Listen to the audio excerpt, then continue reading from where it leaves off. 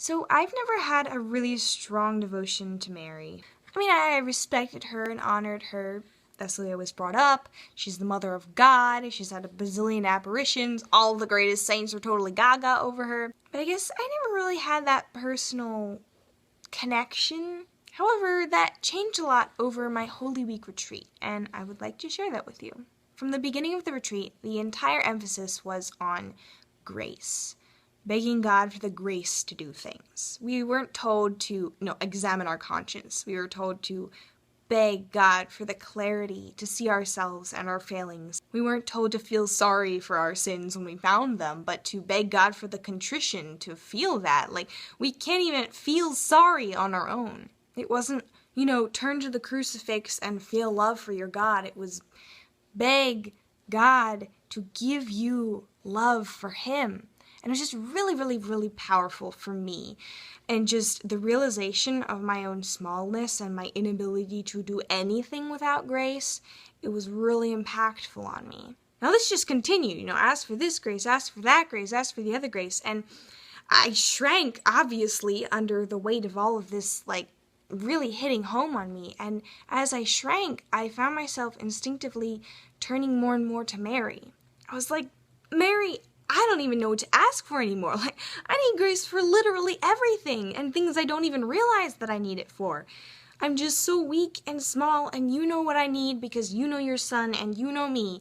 Just give me the grace that I need right now in this moment to help me grow right now in this moment. Now, a second factor in this blossom of devotion was that the priests of Miles Christi, which is the order that was running the retreat, they have a very strong devotion to Mary, Mother of Sorrows. And of course, this is a Holy Week retreat, so we're already meditating big time on the Passion. So they're doing these talks and all these reflections, and we're in adoration so much, and just really immersing ourselves in the Passion and the suffering and the love that is. And a definite presence in all of that was the image of the Blessed Mother accompanying him. She, with her love for him, which was the most perfect love that a human could have for God, she was the only one who could really comfort him because she was the only one who hadn't sinned against him.